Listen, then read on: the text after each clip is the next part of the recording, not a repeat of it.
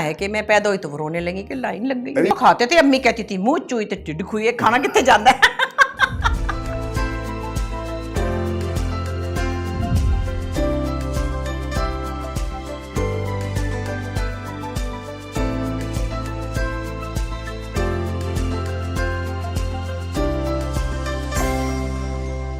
अस्सलाम वालेकुम ख़वातीन हज़रात, आज बड़ा ही स्पेशल डे है मेरे लिए और आप जानते हैं ये प्रोग्राम मेरी माँ, जिसमें आपकी दिलचस्पी बहुत ज़्यादा बढ़ गई और क्यों ना हो, माँ का सब्जेक्ट एक इटर्नल सब्जेक्ट है और जितनी ख़वातीन उतनी माएँ उतनी सोचें। और आज जो हमारे बड़ी खुशकिस्मती मेरी आज वो आज हमारे पास तशरीफ़ लाई हैं अपना सारा टाइम निकाल के, लेकिन वो क्या करती, वो मना नहीं कर पाई जब उन्होंने सुना कि उनकी वालदा के बारे में होगा। और वैसे तो सारी दुनिया में हर माँ बहुत स्पेशल है, लेकिन ये मैं आपको वसूख से कह सकता हूँ कि जितनी लंबी एक तवील अरसे तक जो एक जिसे कहते हैं ना सोबत अपनी माँ की अगर हासिल की है तो वो खुशनसीब बुशरा अंसारी। अस्सलाम वालेकुम। अस्सलाम वालेकुम। बुशरा, बहुत तवील आपके साथ वालदा, यू नो, कितना अर्सा वालदा हयात रही? अम्मी वाज 91, माशाल्लाह, अभी नवंबर में इंतकाल हुई है ना। और ये वाकई बड़ी खुशकिस्मती है। कई लोगों की माएँ तो बहुत अर्ली एज में चली जाती हैं, कभी उनके अपने ग्रैंड चिल्ड्रन भी नहीं देख पाती हैं। अम्मी ने ग्रैंड चिल्ड्रन के बच्चे भी देख लिए थे। ऐसे ही हमारी नानी भी थी, शी वाज 95। ग्रैंड चिल्ड्रन के भी बच्चे, जी, ग्रेट माशाल्लाह ग्रैंड माशाल्लाह। चिल्ड्रन। सो वो बच्चे भी बड़े अटैच थे। और चूँकि अम्मी वैसे तो खैर काफ़ी दिन से 2-3 साल से तो काफ़ी मिजरेबल थी, बीमार थी और बहुत हेल्पलेस थी। और उन जैसी औरत जो कि अभी कोई 15 साल पहले हमने उनकी गाड़ी बिकवाई थी, वो ड्राइव करती थी। और वो भी हमने कहा कि प्लीज़, ये बड़ा लिबर्टी के पास रहते तो मैं कहा ट्रैफिक है फलाना है, बड़ा मुश्किल से समझा बुझा के उनकी गाड़ी, क्योंकि वो थी उठो और चलो और करो और ये और वो और वो। और जो डाइवर्सिटी अगर आप हमें देखते हैं, मुझ में या अस्मा में या और में, डाइवर्सिटी नहीं, एक लफ्ज है एनर्जी और दूसरा लफ्ज है ची। बस वो सब चाइनीज ची कहते हैं उसको, वो एनर्जी। अम्मी की वजह से है। एक्चुअली हाउसवाइफ तो थी वो, मतलब ज़ाहिर एक मैट्रिक पास घरेलू सी लड़की से अब्बा ने शादी की थी। आवाज़ अच्छी थी तो मेरे फादर म्यूज़िक लवर थे, उनको उस्ताद रख के दिया। तानपुरे के साथ गाती भी थी क्लासिकल। ना उन्होंने सिंगर बनना था, ना वो स्टेज पे गाती थी, ना उन्होंने पैसे कमाने थे। पेंट वो करती थी, कपड़े वो सीती थी, कढ़ाई वाली जो एक मशीन होती है ना जो दुकानों पे होती है जिसमें पाँव से कढ़ाई वो करती थी। निटिंग हमारे सबकी। फिर एक स्मार्ट खूबसूरत पूरी चिट्टी प्यारी साड़ी पहनने वाली स्टाइलिश औरत भी थी। ये नहीं कि कोई बैठी हुई थी तो घर से कभी निकली नहीं। तो वो एक ऐसा था कि एक पूरा पैकेज था। जो अभी आप देखें बुशरा, अभी पूरा पैकेज है माशाल्लाह। बस हमारा तो फिर भी एक्सपोजर ऐसा वो देखिए, आपका एक्सपोजर तो ऐसा है कि पूरी दुनिया के सामने। ये जो आप बात कर रही हैं उनका एक्सपोजर तो डिफरेंट तरह से था। हाँ। घरेलू खातून, बच्चियों को पालना, सारी बच्चियां गाने वाली, बिल्कुल। और एक से एक तेज, अच्छी बात ये थी कि एक से एक चालाक, एक से एक अम्मी बड़ी ज़बान सीधी की थी। तेज। अच्छा, मजे की बात की, अब्बा की फैमिली जो थी ना वो ज़ाहिर लिखने पढ़ने वाले भी थे। और ये जो हमारे पास बातों का चस्का है ना कि अब्बा की फैमिली से। अच्छा। मेरी पुप्पी भी राइटर थी, परवीन आतिफ, वो भी ऐसी गुफ्तगू करती थी, पंच लाइनें होती थी। तो हमारी अम्मी कोई बात बताने लगती थी तो मेरी पुप्पो कहती थी, हुन तू छड़ दे भाभी, तू पंच लाइन खराब कर देनी है। अम्मी को वो नहीं आता था ये। अम्मी वैसे बहुत एक्टिव थी। और फिर फादर ने ये किया, मैं समझती बड़ी बात है कि उनको अपने साथ एज अ कंपेनियन हर जगह रखा। तो सारे अदबी लोगों से उनकी दोस्ती। मुमताज़ मुफ्ती की किताबों में मेरी अम्मी का जिक्र, इब्ने इंशा उनके पर्सनल फ्रेंड। मतलब अब्बा ने उनको ये नहीं कहा कि तुम पढ़ी लिखी नहीं हो या मैट्रिक पास हो या घर में रहो। उनके बगैर मेरे वालिद कहीं जाते ही नहीं थे। सब अदबी, मुन्नू भाई। बल्कि एक ज़माने में जब अब्बा की डेथ के बाद कुछ अरसे बाद वो कराची जब आई हुई थी तो मैं उनको ले गई किसी किताब की लॉन्च पे।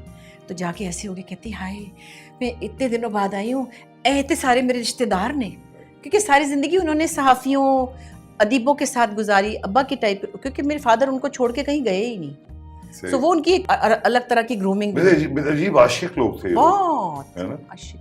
आशिक। और अम्मी ने उनकी याद में जो किताब लिखी, जब नीलम ने, मेरी बड़ी बहन ने जो खुद भी राइटर है, अम्मी को हर वक्त रोती हैं, ये ले कागज़ और ये ले बैठे लिखे अपनी याददाश्त दे। उस किताब का नाम आप देखें, मैं और अहमद बशीर खून की एक लकीर। मैं और अहमद बशीर खून की एक लकीर, ये अम्मी की किताब का नाम इसमें है। सिंबॉलिक खून की एक लकीर। मतलब आप देखिए कि जो उनका साथ था ना, मेरे फादर हर वक्त उनका हाथ पकड़े उनकी तारीफें करते थे। अच्छा बुशरा, ये हम क्योंकि बहुत एकदम शुरू हो गए, हम लोगों को अंदाजा नहीं हो रहा, बचपन में सबसे पहले जो आपकी याद है वालदा की, वो क्या है? अम्मी के नेल्स लंबे होते थे, फैशनेबल थी ना बड़ी। मुझे याद है नहलाती थी तो मुझे चुभते थे, मैं रोती थी कि काट दे। ये मेरी बहन छोटी जो है ना मेरे से, उसका भी ये मसला था। मैं हर रोज उसके रोने की आवाज से उठता था, क्योंकि उसकी कोई लट जो थी ना खड़ी हो जाती। वो कहती थी बिठाओ, माँ कहती थी बिठाने की ट्राई करे, वो बैठता नहीं था। हर रोज एक जंग को जज्ब होती। तो तुम्हारा भी ऐसे ही लग रहा ये था। और फिर अम्मी जो थी, जाहिर है वैसे अम्मी वाज अ गुड मदर, एक सिंपल सी औरत थी। गुड मदर, लेकिन पता कहीं- क्या, हाँ। मैं तीसरी थी ना, तो मेरी दफा लड़के का इंतजार था। और सुना है कि मैं पैदा हुई तो वो रोने लगी कि लाइन लग अरे गई। बुशरा का ये मैंने क्या सुना है कि नाम ही इसलिए रखते जी। हैं कि बेटा अगला हो। तो इब्ने इंशा ने मेरा नाम रखा था ना, थर्ड बेटी का। यार ये देखो उनको पता था ये टोटका किया है। और आ गया यार इब्ने इंशा साहब तो जिंदाबाद। उस जमाने में तुक्का चल जाता था, अल्लाह मियां भी कह लेकिन देते कहीं ना चलो। कहीं इसमें थोड़ा सा गम ये है कि भाई आपका एक पूरा वजूद माशाल्लाह, और बुशरा अंसारी अब पूरे ग्लोब में मशहूर है अपने टैलेंट की वजह से। क्या इंडियन, क्या चाइनीज, जापानीज सब आपसे प्यार और इश्क करते हैं। तो कहीं ये थोड़ा सा नहीं उस वक्त मुझे क्या पता कि रोई थी। तो मेरे फादर ने कहा खबरदार रोई होगी, मेरी बेटी है वो। तो मेरे बड़े डॉटर लविंग किस्म के। अच्छा, तीसरी थी। तीसरी तो थी बाप सबसे करीब किसके साथ? मेरे साथ।